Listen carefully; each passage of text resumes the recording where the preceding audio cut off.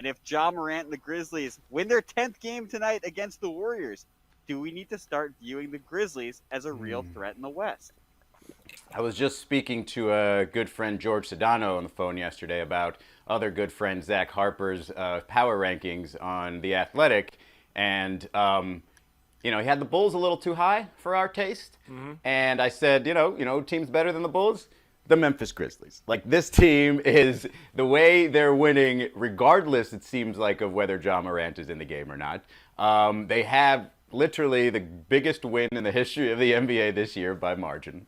And that was without Ja Morant in there. They have, a variety of players that can give you 15 to 20 a night, and they defend. And I think Ja Morant's sort of a great leader to have, not only like brings up the spirit of the team, not only, is an amazing player, but is willing. It's almost like a little bit of grit and grind Grizzlies in him, that lives in him somewhat. And so I think this team is absolutely, I say, on the verge of contender status, because I'd like to see, a couple of games like this against the Warriors. I think they have it in them. I think they've already beaten a lot of great teams, but I'd just like to see it, over the when people are paying attention, basically, and see if there isn't something that we've all been missing.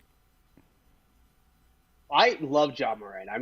He's been so exciting to watch his development over the course of the season. Like, he's added a little bit of a mid-range game in the paint this year. He's become a better passer since his rookie year. The thing that I think has jumped out for me when I look at the stats about what happened with the Grizzlies when Morant was out was that their three-point percentage really, really jumped up in a way that is almost a little bit unsustainable. Now, that being said, like, I'm not really here for Izzy's Chicago Bulls slander, because I think that team is better than a lot of the media has been talking about over the course of this year. Not slander. It was building up the Grizzlies is what I was doing. There's been like a consistent Chicago Bulls shade that you've been putting out there throughout the course. Look, I don't mean I want to prove to people that I can tell the future, but hey, they're a tough second round out. Let's keep going. But I do. And Billy Donovan's one of my favorite people in the world. Okay, so. The Grizzlies really do have an exciting young core between Desmond Bane, Dillon Brooks, Jaren Jackson. Jaren Jackson, I think really turned up when Morant was out. I think this is an exciting young team where I think Morant has the ceiling of being a number one on a championship team. Now, I think the question is whether or not the supporting cast is going to be able to get him there. Bane was, as a Celtics fan, I really wish that he was on the Celtics because he was picked at the end of the first round, traded from the Celtics to the Grizzlies. But he's been awesome for this team this year.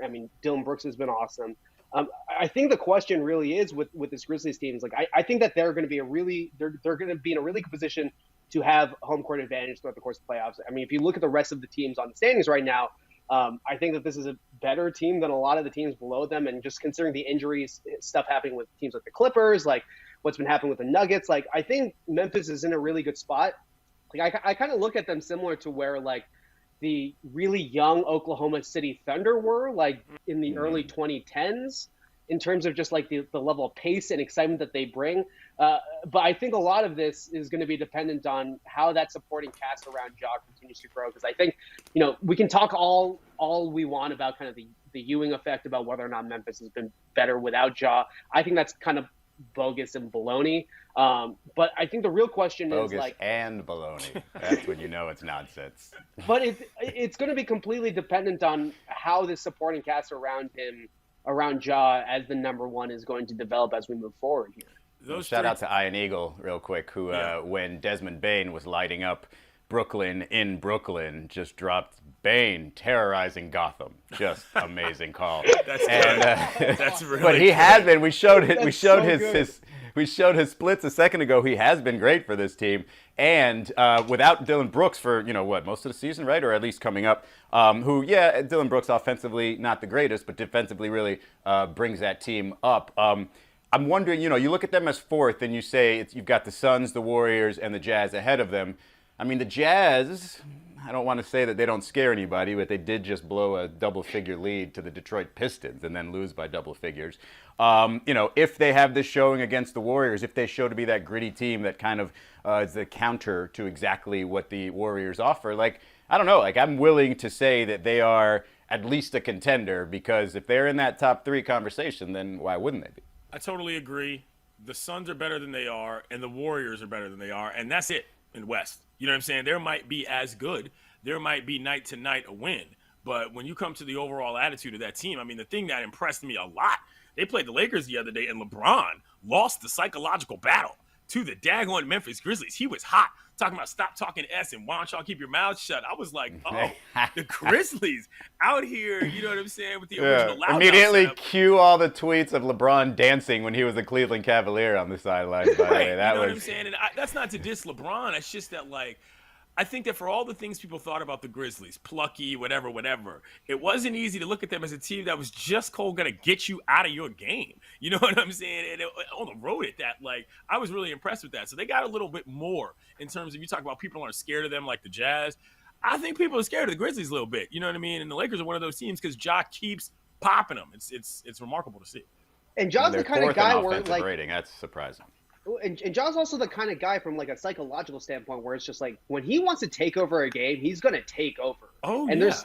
There's just not that many guys who have that kind of can tie that like mindset and the skill set in the way that he does in the NBA, especially given his age.